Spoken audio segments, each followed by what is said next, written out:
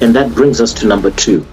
The greatest ability of a salesperson is not their ability to speak, it's their ability to listen. Probably what that kid wants, what they care about, is their parents being proud of them. Most of the time when we're passing exams, whether it's in primary school, in high school, at some point, maybe later on, maybe A-level, we start doing it for ourselves. But all the while, we're doing it for our parents. The problem is you're talking about the book and how they'll learn so much. They don't care about learning. They care about their parents being proud and probably buying them a present if they pass. So the idea is your product, your service, it's not as special as you think. But what is special is what that person wants. So now you then classify it into different demographics. Who am I talking to? I'm talking to a professional in this kind of industry, or professionals in this kind of industry. Here I'm talking to stay-at-home moms. Here I'm talking to people in their 40s, 50s. Here I'm talking to people with this kind of money, or with this kind of money, or with that kind of money. It all depends. But what we're saying is I should be able to locate what you are looking for. And that brings us to number 2.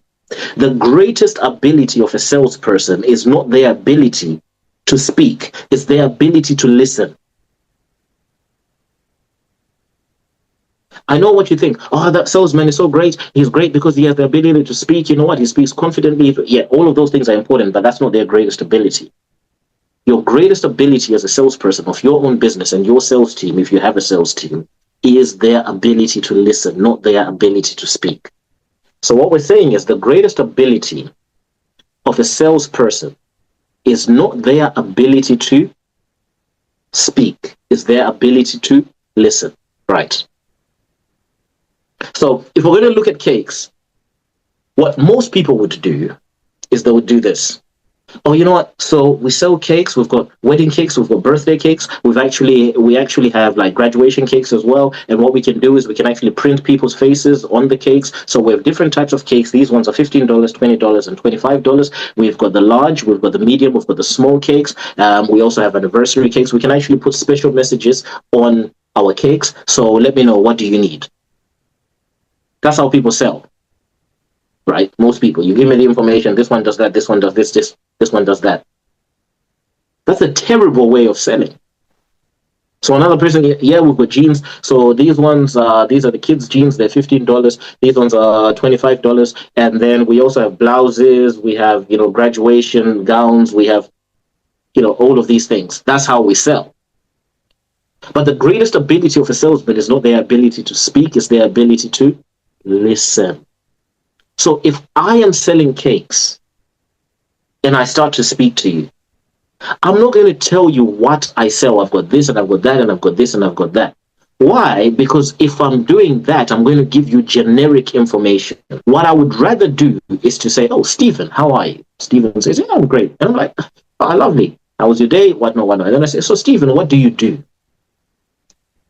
And then Stephen tells me that, oh, you know what? I actually do 1, 2, 3, 4, 5. Do you have a family, Stephen? Yeah, I've got 3 kids. Right?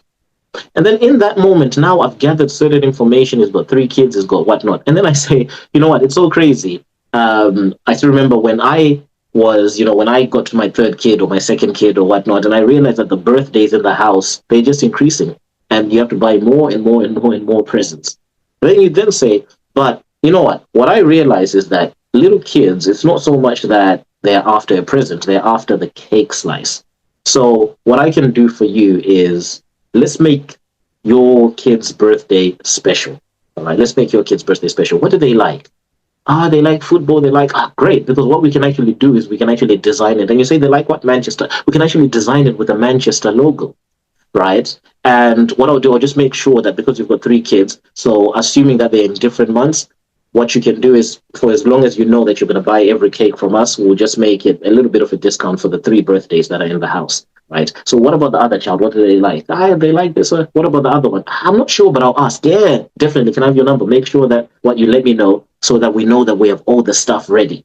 Okay. When I'm showing that I'm excited, I'm talking about, oh, you've got a child called Stephen, you've got a child called Alice, and this one, how old are they? It is close to impossible that that person is going to go and buy cakes elsewhere because I listened to them.